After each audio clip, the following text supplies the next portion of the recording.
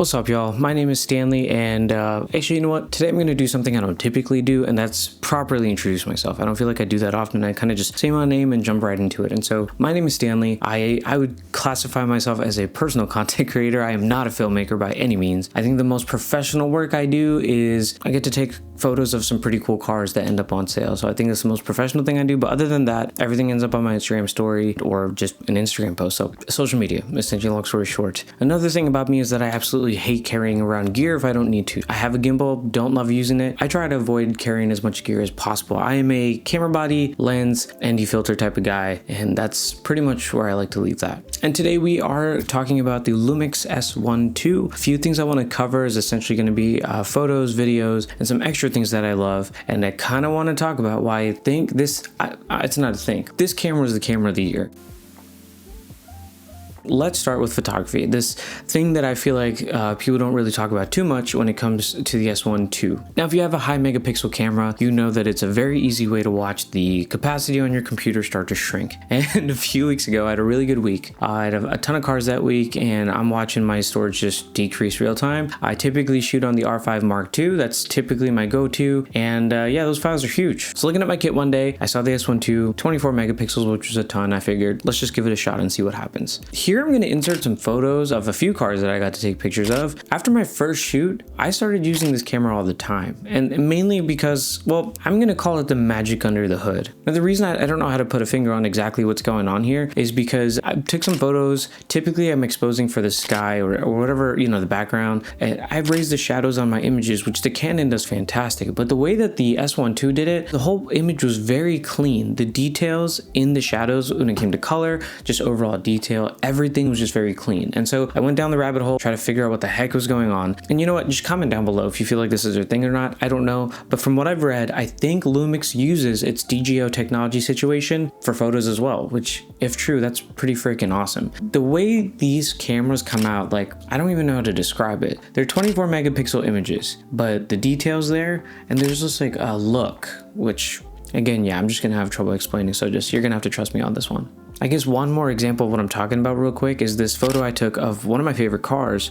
And yeah, the photo was, you know, it was pretty dark and I raised the shadows on it. It retained detail very well. So this is a favorite photo of mine to the point where it's become one of the few photos I've ever turned into a personal wallpaper. And that's a big deal for me because I don't know, it made me very happy, and it still makes me happy to this day when I look at it. Next thing I want to talk about is autofocus performance. I feel like not a lot of people are familiar with Panasonic, and so this is not going to be some spec sheet type of review. I don't have a lot of data on this, but from personal experience, I typically, like I said, use the R5 Mark II, which I would argue is probably amongst the best, if not, you know, top two for the best cameras when it comes to autofocus. And if I'd compare that to the S1II, I guess the most practical way to say it is going to be I don't really ever wish I had the R5 II when I'm out in the field with the S1II. It's great.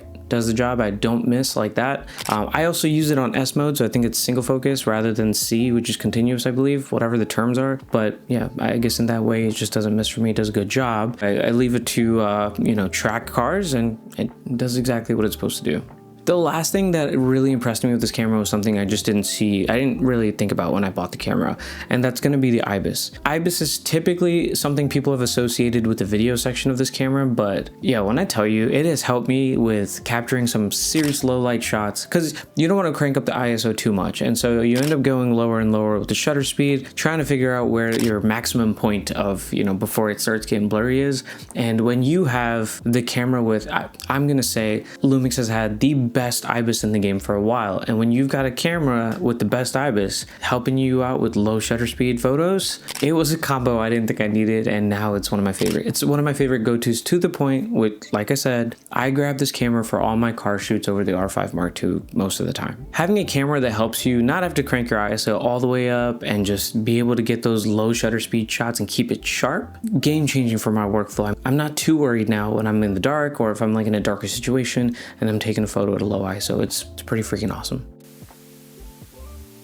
I'm actually filming this video on the S1II. Autofocus is tracking my eye. I'm filming it in 17:9, 10-bit, 422. All the things that I can do on any other camera that exists out in the market. But if I wanted to, I do have the option of getting this up to 60 FPS, 5 point whatever K open gate. I got the open gate features if I want to. I've got all these crazy aspect ratios. There's like a ton. I think last I looked, there were like over 70 different resolution options. Here's the thing, in 2025, 26, probably in 2024, if you can't get a good image out of the camera you got, it's very hard for me to look at your camera and be like, yes, you need to upgrade. I think at this point, when you know every camera can give you a solid image, I think the name of the game becomes what can you get out of the money you're trying to spend. And so if the name of the game is options, I don't think there's a camera in the market that beats this camera for options. For example, I love the way the C50 looks. That camera looks gorgeous to me, and it's something I've thought about pairing with my R5 Mark II for a very long time, but doesn't have mechanical shutter. And so if I felt like taking that camera by itself to a trip, the banding problem is going to be there. It's probably great performance when it comes to banding. It probably doesn't happen often, but the truth is that it could. Even the FX3 had a mechanical shutter built in, so if I wanted to take sick video and take some stills, it had a mechanical shutter. It's not something I had to worry about really.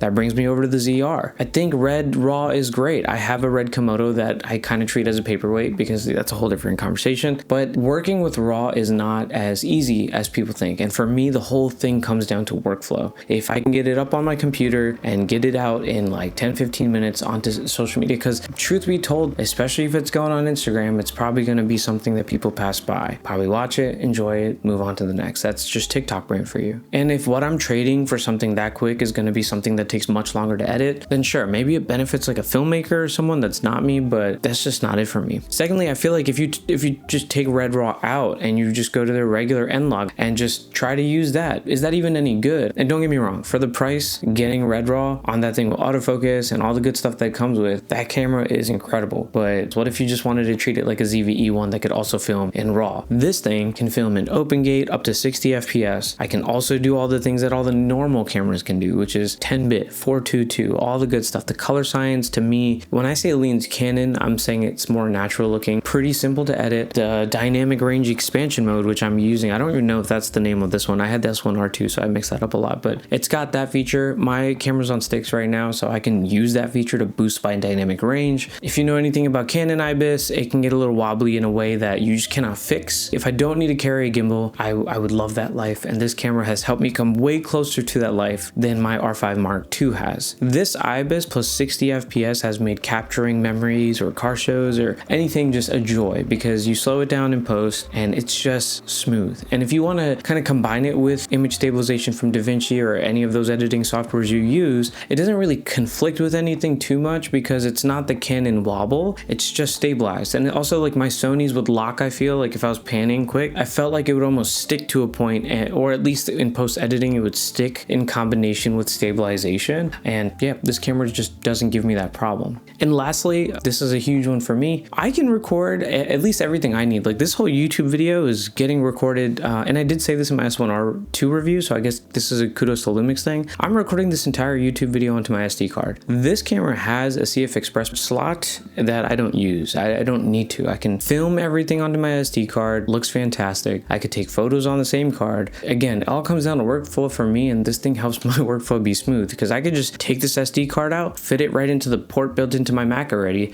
and I can just take the videos off and I can upload all the pictures to Lightroom. It's pretty freaking awesome.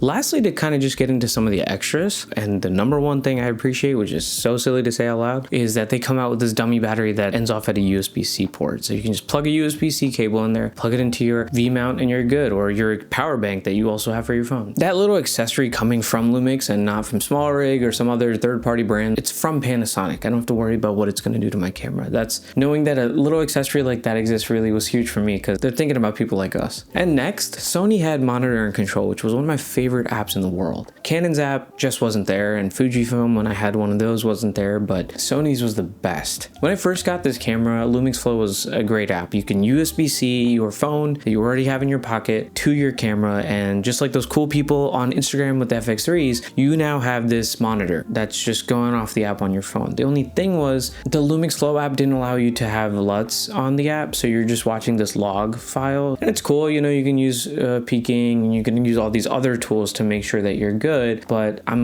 not a pro, so for me I just want to see color so I know if I'm exposing correctly. Well, fast forward to when I was still being lazy about making this review, they came out with an update that fixed that, and so right now I'm using my iPad wirelessly, by the way, and Lumix Flow with the LUT applied to make sure I'm good. My Shinobi's sitting in there because I don't like pulling it out and plugging everything into it and power and all that stuff. I feel like we're coming down to a day and age where brands either listen or don't when it comes to the YouTuber space or the content creator space, social media space, whatever you want to call it. Personally, for me, I think Canon is really focused on sports, but with the release of the C50 and the R6 III, I think that they're listening a bit more. Sony, I think they're just taking professionals, like they're trying to do the Canon thing and just take professionals into account. That's cool. That does mean that we get some really professional features passed down to us in the future. And I'm not really concerned with any other brand right now, but Lumix, I feel like Lumix is probably listening the most when it comes to us, the creators, the content creators. The reason I say that is because that update also really helped with the whole overheating thing. Like, I didn't even know you could resolve that over a firmware feature. I just thought that was something I'd have to wait for the next Lumix camera to fix, and cool, like they fixed it. I mean, I never really had an issue with it, but it's winter here, and you know, we'll see in Houston summer, but to know that they're out here listening to creators, it's exciting. And I think like there was a lens that everyone was really excited to try out, the TT Artisan 40mm f2. I had it, returned it in like 2 days, and it was a great lens and all, but the reason I returned it was because, you know, you don't have corrections for that lens built into your camera and or in Lightroom, so it's just a lot of vignetting, a lot of these silly problems that whatever. For the price, that lens was pretty cool. But now that Lumix has seen that lens and the reaction to people loving that lens, I kind of have no doubt in my mind that they're probably making some glass that is very small, very compact, and would help someone like me. Something like the Sigma primes, the contemporary ones, which by the way, forgot to bring that up. I have access to third-party lenses. I get that they're not like the, you know, super cheap ones, but Sigma has always been one of my favorite brands. They make my favorite lenses, and I've got access to Sigma glass. Granted, like I said in the beginning, I'm using the Lumix 24-60 and haven't really felt the need to upgrade. The Sigma contemporary glasses there, and I just have no doubt that they are on their way to making something portable for the S9 or the S1II in the future, which just knowing that you're supported in that way is pretty nice. And lastly, I'm gonna leave you with this. In 2025, going forward into the future, every camera